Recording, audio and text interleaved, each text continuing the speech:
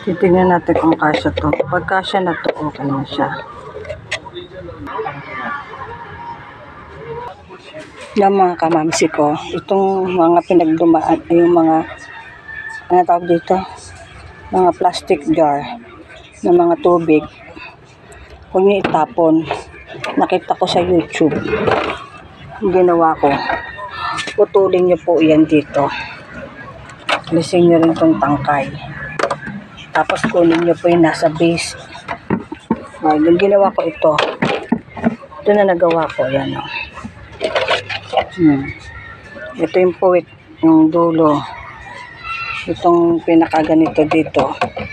Tapos ito namang ito yan. Binutasan ko yung pinakaputan. Yung pinakaput sa ganito. Binutasan ko para maipasok ko po. Kaya ganito na nangyari yan. Kaya natira yung pinakagitna. Gitna natira. Kailangan meron kayong ganito. Ito na yung nagawa ko. Lalagyan nyo ngayon ng takip dito. Yung takip, kasama may takip. Pwedeng lagay ng prutas yan. Lagay ng sibuyas, kamatis, yan. Dekorasyonan nyo pa. Hindi ko pa nagdedekorasyonan. Tapos ito, ginawa ko kanina. Ito naman. Lalagay ko. Babawasan ko pa yan. Hindi ko maisipan kung didesign ko pang ganyan. Sinukat ko lang po. Ganun.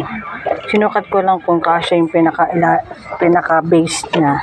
Tatakpan ko para hindi gumalaw-galaw. Hindi siya masyadong gagalaw. Bawasan ko po ano. Nakita ko po ito sa YouTube eh. Dekorasyon ko dyan. Maganda o ganyan din. Nilagyan din ng halaman eh. Magagaan na halaman. Hindi ko pa masyadong maayos mga kamamsi ko kasi malaki pa ito kaya hindi balance eh. Pero kung yan eh maganda pagkakagawa ko, tatayo yan. Eh kasi nandito pa tayo sa wrap na ano.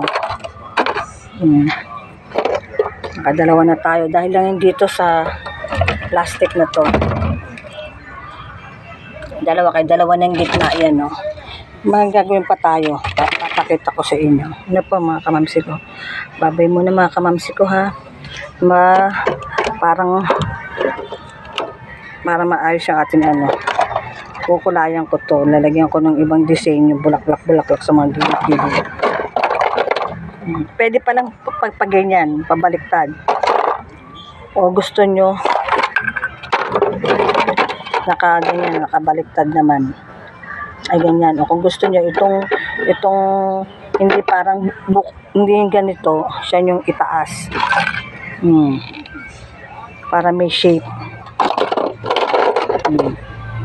Kung gusto nyo ganito, itong base ang nandito sa harapan, sa ibabaw. Ito namang nandito, siyang nasa ilalim. Kung gusto nyo, ito naman na nasa ibabaw. Diba mga kamamsi ko? Maganda. Paano dyan muna kayo mga kamamsi ko ha? Yung finished product ito sa part 2 na ano po. Babay muna sa inyo. Salamat po sa panonood sa mga kamamsi ko dyan, kasimple friends ko dyan, sa friendship ko dyan. Babay muna po.